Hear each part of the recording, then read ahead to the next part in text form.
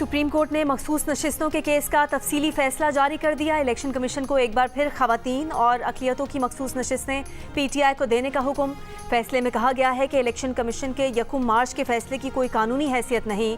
इंतखाबी निशान न मिलने से सियासी जमात का इलेक्शन लड़ने का आईनी हक मुतासर नहीं होता। 2024 के इलेक्शन में PTI ने सीटें जीती या हासिल की हैं। PTI की केस में फरीक बनने की दरख्वास्त मौजूद थी और अमूमी तौर पर पहले फरीक बनने की दरख्वास्त पर फैसला किया जाता है। अदालत ने यह समझने की बहुत कोशिश की कि इतने आज़ाद उम्मीदवार कैसे कामयाब हो सकते हैं, जिसका तसल्ली बख्श जवाब नहीं दिया गया। PTI के मुताबिक ये आज़ाद उम्मीदवार दरअसल PTI के उम्मीदवार थे। वोटर्स ने दर हकीकत PTI का उम्मीदवार होने पर उन्हें वोट दिया।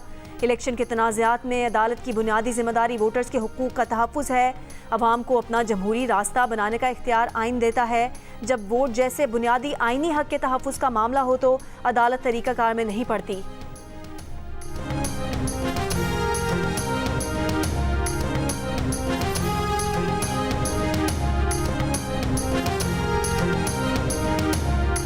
जब इलेक्शन कमीशन गलतियां करे तो अदालती मुदाखलत ज़रूरी हो जाती है।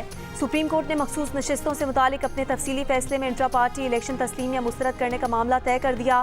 फैसले में कहा गया है कि इंट्रा पार्टी इंतखाबात मंजूर या नामंजूर होने तक मुंतखब उम्मीदवार पार्टी ओहदेदार तस्वुर होंगे। सुप्रीम कोर्ट ने तफसीली फैसले में 14 सितंबर के वजाहती ऑर्डर को भी फैसले का हिस्सा बना दिया। फैसले में कहा गया है कि 14 सितंबर का वजाहती ऑर्डर इलेक्शन कमीशन की दरख्वास्त पर जारी किया गया। वजाहत अपने ही फैसले की करना थी, इसलिए फरीकैन को नोटिस देना ज़रूरी नहीं था। चीफ जस्टिस काजी फाइजीसा ने 2 रोज़ पहले रजिस्ट्रार से उस ऑर्डर पर जवाब मांगा था।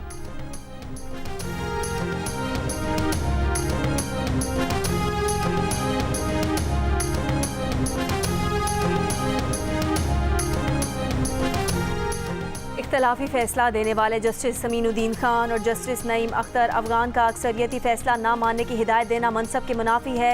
उनका ये इकदाम इंसाफ की फराहमी और अदालती कार्रवाई में रुकावट डालने के मुतरादिफ है। मखसूस नशिस्तों से मुतालिक सुप्रीम कोर्ट के तफसीली फैसले में 2 साथी जजेस के फैसले पर भी कड़ी तनकीद।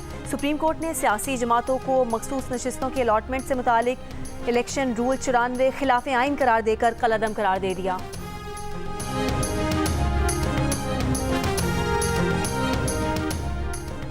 Lieutenant general Mohammad Asim Malik DGI तैनात 30 सितंबर को जिम्मेदारी संभालेंगे।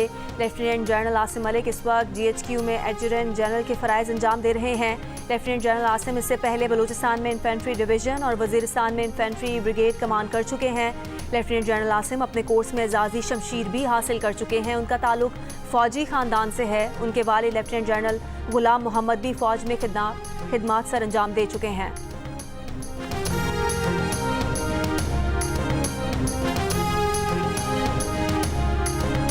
Supreme court practice and procedure committee का इजलास आज होगा। इजलास के एजेंडे में आर्टिकल 63A नजरसानी दरख्वास्तें समाअत के लिए मुकर्रर करना शामिल है। आर्टिकल 63A की तशरीह का अक्सरियती फैसला जस्टिस मुनीब अख्तर ने तहरीर किया था, जिसके मुताबिक पार्टी पॉलिसी के खिलाफ रुकने असम्बली का वोट शुमार नहीं होगा, वो नाअहल भी हो जाएगा।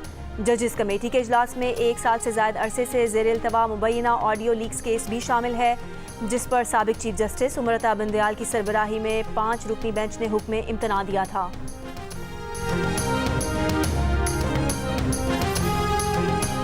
वज़ीर आज़म शहबाज शरीफ का लंदन क्लिनिक में तिब्बी मुआयना। कमर में दर्द से मुतालिक ज़ाती मुआलिज ने 2 घंटे तिब्बी मुआयना किया।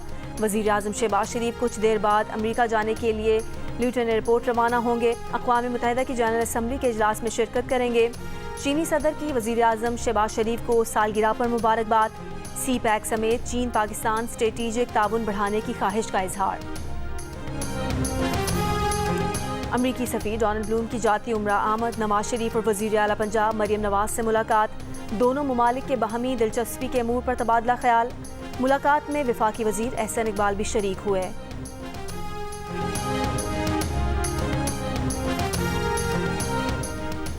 वफाकी वज़ीर दाखिला मोहसिन नकवी की सऊदी अरब के सफ़ीर से मुलाकात। सऊदी अरब के कौमी दिन पर मुबारकबाद दी। कहा, सऊदी अरब ने हर आजमाइश में पाकिस्तान का पूरा साथ दिया। सैलाब हो या ज़लज़ला, माशी मुश्किलात या कोई और मसला, सऊदी ताउन की नज़ीर नहीं मिलती। बानी पीटीआई और बुशरा बीबी के खिलाफ तोशाखाना 2 केस की अडयाला जेल में समाअत। मुल्जिमान को चालान की नकूल फराहम कर दी गई। आइंदा समात पर फर्द जुर्म आयद होने का इम्कान। दरख्वास्त जमानत गैर मौसर करार। FIA प्रोसिक्यूटर ने कहा दरख्वास्त जमानत नैब कवानीन के तहत दायर की गई थी। तोशा खाना 2 केस FIA को मुंतकिल हो चुका। FIA कवानीन के तहत ये दरख्वास्त जमानत नहीं बनती।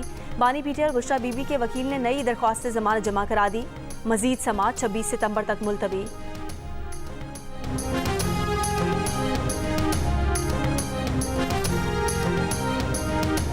बुशरा बीबी की अपने खिलाफ दर्ज मुकदमात की तफसीलात फराहम करने के लिए इस्लामाबाद हाईकोर्ट में दरख्वास्त दायर कर दी।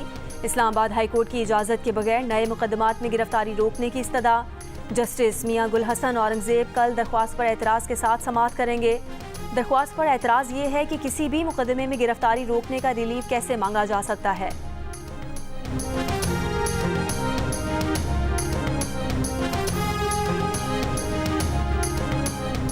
तहरीक तहफ़्फ़ुज़ आईन पाकिस्तान का कहना है कि सुप्रीम कोर्ट का फैसला PTI और तहरीक इंसाफ आइन के मौक़िफ़ की कामयाबी है। तर्जुमान का कहना है कि सुप्रीम कोर्ट के तफसीली फैसले के मुताबिक अब मखसूस नशिस्तों पर PTI का हक है, बाकी जमातों के बराबर हक है। चीफ इलेक्शन कमिश्नर पर सुप्रीम कोर्ट में रेफरेंस दायर करने का इरादा रखते हैं।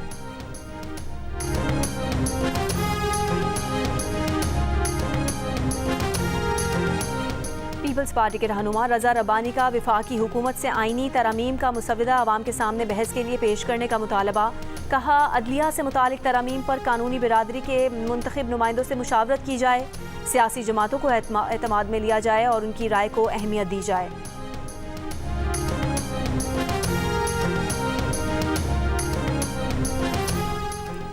वज़ीर आला बलोचिस्तान सरफराज बुगटी से सूबाई वज़रा की मुलाकात। वज़ीर आला को पश्तून रिवायती पगड़ी का तोहफ़ा दिया। सरफराज बुगटी ने कहा पश्तून सकाफ़त में मोहब्बत, एहतराम, हम आहंगी और रवादारी का दर्स मिलता है।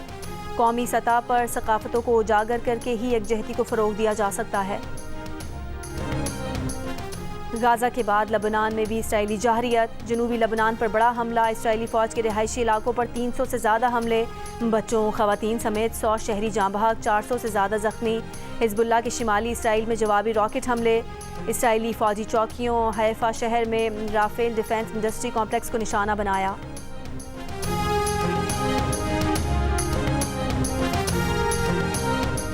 और चैंपियंस कप वनडे का प्लेऑफ मरहला कल से शुरू होगा। पॉइंट्स टेबल की टॉप 2 टीमें मार्कोर और पैंथर्स क्वालिफायर में मद्दे मुकाबिल होंगी। कल मैच जीतने वाली टीम बराह रास्त फाइनल में पहुंच जाएगी। हारने वाली टीम को एक मौका और मिलेगा, वो एलिमिनेटर 1 की फातेह से मैच खेलेगी। एलिमिनेटर 1 बुध को स्टैलियंस और लायंस के दरमियान खेला जाएगा। इवेंट का फाइनल 29 सितंबर को होगा। चैंपियंस वनडे कप के तमाम मैचेस जियो सुपर से बराह रास्त नशर किए जा रहे हैं।